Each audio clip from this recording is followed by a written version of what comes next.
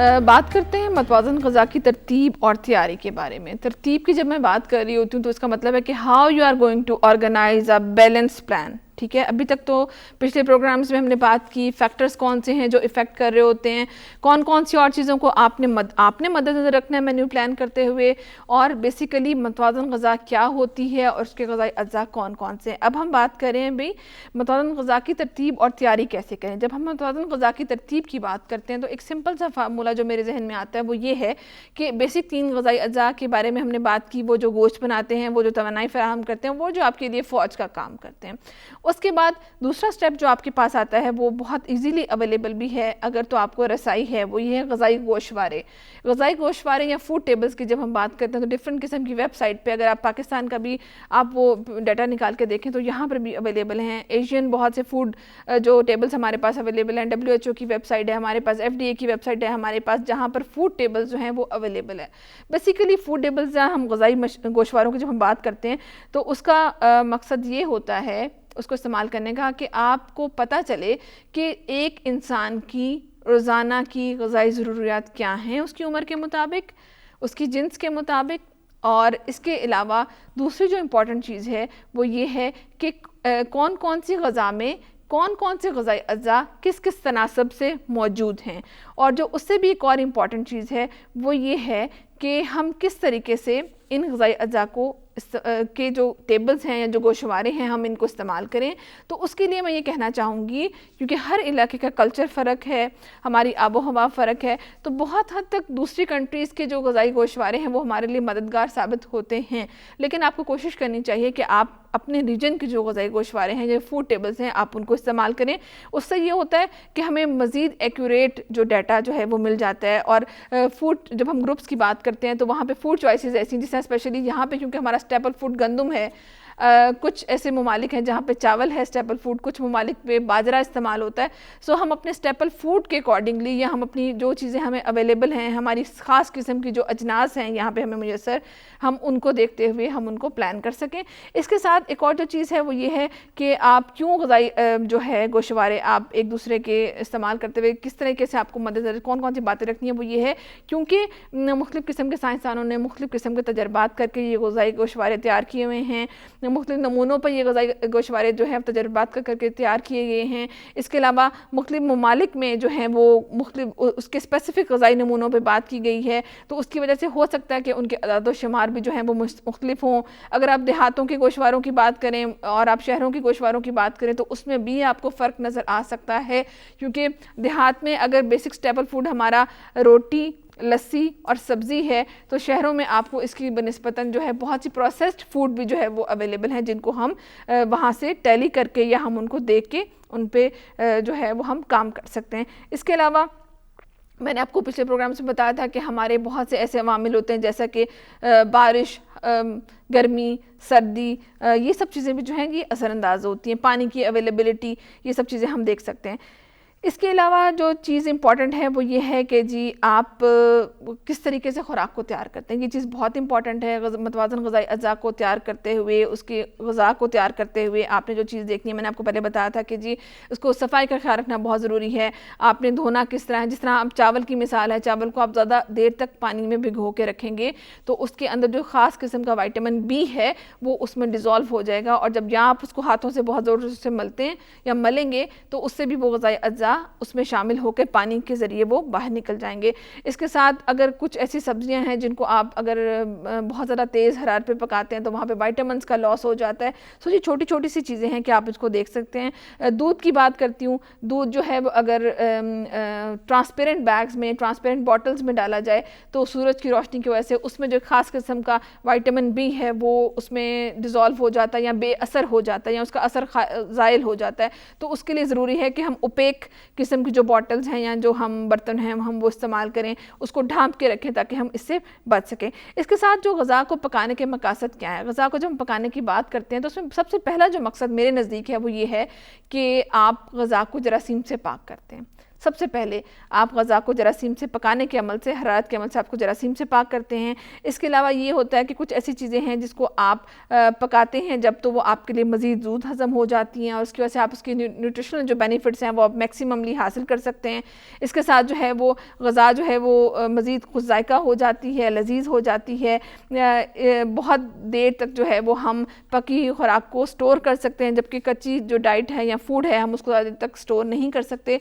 और इससे भी जो एक और इम्पॉर्टेंट चीज़ है वो ये है कि आप ग़ज़ा को पकाने के साथ साथ जो है वो उसकी ग़ज़ायत में इजाफ़ा भी कर सकते हैं, लेकिन इसमें इसकी ग़ज़ायत में हम नुकसान भी कर सकते हैं अगर हम उसको सही तरीके से नहीं पकाएंगे। सो ये तो हैं ग़ज़ा पकाने के मकासद। अब कौन से ऐसे तरीके हैं जो कि ग़ज़ा को पकाने में अगर आप इस्तेमाल करें तो आप अपना बैलेंस मेन्यू जो है वो प्लान कर सकते हैं। बहुत से तरीके हैं, नमदार हरारत में पकाना, खुश हरारत में पकाना या गर्म चिकनाई में पकाना।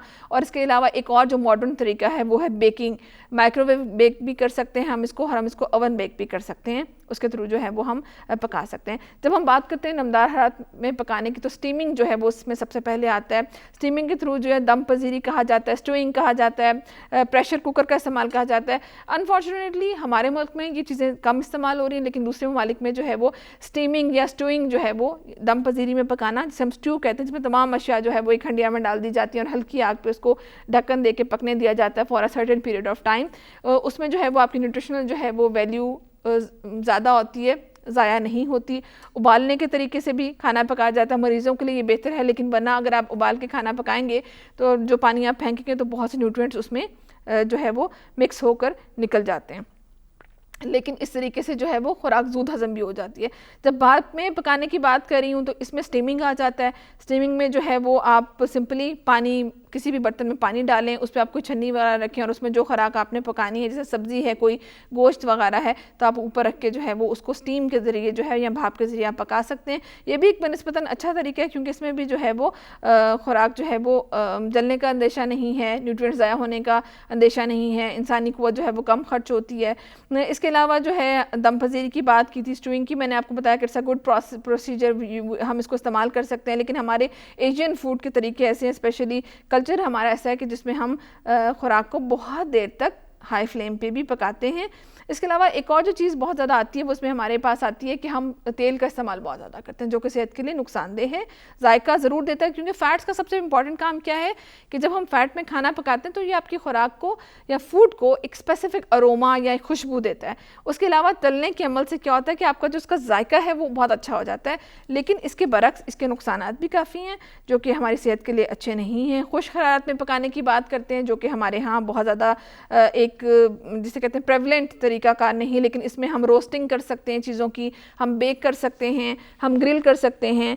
तो ये तमाम चीज़ें, रोस्टिंग की जब बात करते हैं तो तेज़ आग पे इसको बेसिकली पकाया जाता है, इसको रोस्ट किया जाता है।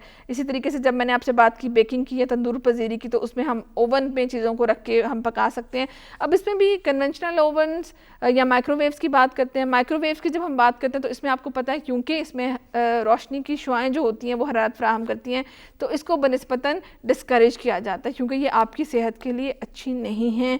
फिर हमारे यहाँ बहुत से घराने ऐसे हैं जहाँ पे अगर माइक्रोवेव यूज़ कर रहे हैं तो हमें उसको यूज़ करने के जो सही तरीके हैं हमें उनका नहीं पता, हम उनको फॉलो नहीं करते, तो वो भी हमारे लिए कैंसर कॉजिंग नेगेटिव केमिकल्स जो है वो प्रोड्यूस करते हैं, जो कि हमारी सेहत के लिए नुकसानदेह हैं। ये सब बातें हैं जी खुश्क तरीके से पकाने के बारे में। एक चीज़ जो यहाँ पे मिसिंग है वो है ग्रिलिंग। ग्रिलिंग जो है वो जिस तरह हम सलाखों पे या सीखों पे धुएं के सामने चीज़ें जो है वो धुएं के बगैर भी पकाई जा सकती हैं, हम उनको ग्रिल करते हैं। यहाँ पे एक चीज़ जो है वो बहुत ज़रूरी है, वो ये है कि ऐसी जो है वो आग इस्तेमाल करें या शुआएं इस्तेमाल करें जिसमें धुआं ना हो, क्योंकि अगर खुराक जो है वो बहुत ज़्यादा बारबेक्यूड, जिस तरह हमारे यहाँ पे इस्तेमाल करने का ट्रेंड बहुत ज़्यादा है, जब उसके ऊपर काला काला बहुत ज़्यादा कार्बन जमा हो जाता है तो वो हमारी इंसानी सेहत के लिए बहुत नुकसानदेह है और it can be cancer causing agent. Cancer का जिक्र इसलिए बार बार किया जा रहा है क्योंकि ये एक ऐसा प्रेवलेंट डिजीज़ है जो कि बहुत कॉमन है, और हम शायद समझते हैं कि कुछ एक ऐसी चीज़ें हैं जिसकी वजह से ये परवान चढ़ता है या ये डेवलप होता है या ये हो सकता है।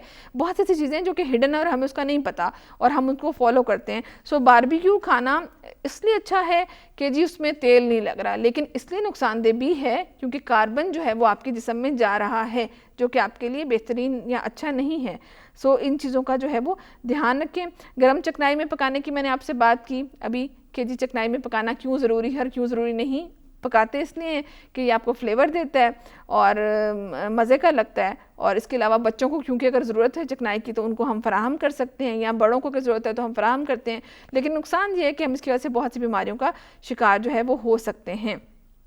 माइक्रोवेव के बारे में भी मैंने आपको बता दिया कि माइक्रोवेव जो है इसके फ़वाइद हैं कि ये क्विक काम करता है, लेकिन मुझे लगता है इसके नुकसानात ज़्यादा हैं। सो जहाँ तक कोशिश करें मैक्सिममली आर्टिफिशियल तरीक़ों से चीज़ों को पकाने से अवॉइड करें, बहुत ज़्यादा भिगोने से और बहुत ज़्यादा भुनाई से अवॉइड करें। चीज़ों को सिंपल तरीके से, सिंपल खुराक सिंपल तरीके से खाने की कोशिश करें, सिंपल ग़ज़ाई अज़्ज़ा को इस्तेमाल करें ताकि हम अपने लिए बेहतरीन मतवाज़न ग़ज़ा जो कि हमारी सेहत के लिए ज़रूरी है और हमें तमाम इम्पॉर्टेंट ग़ज़ाई अज़्ज़ा फ़राहम करिए, हम उसका हसूल मुमकिन बना सकें।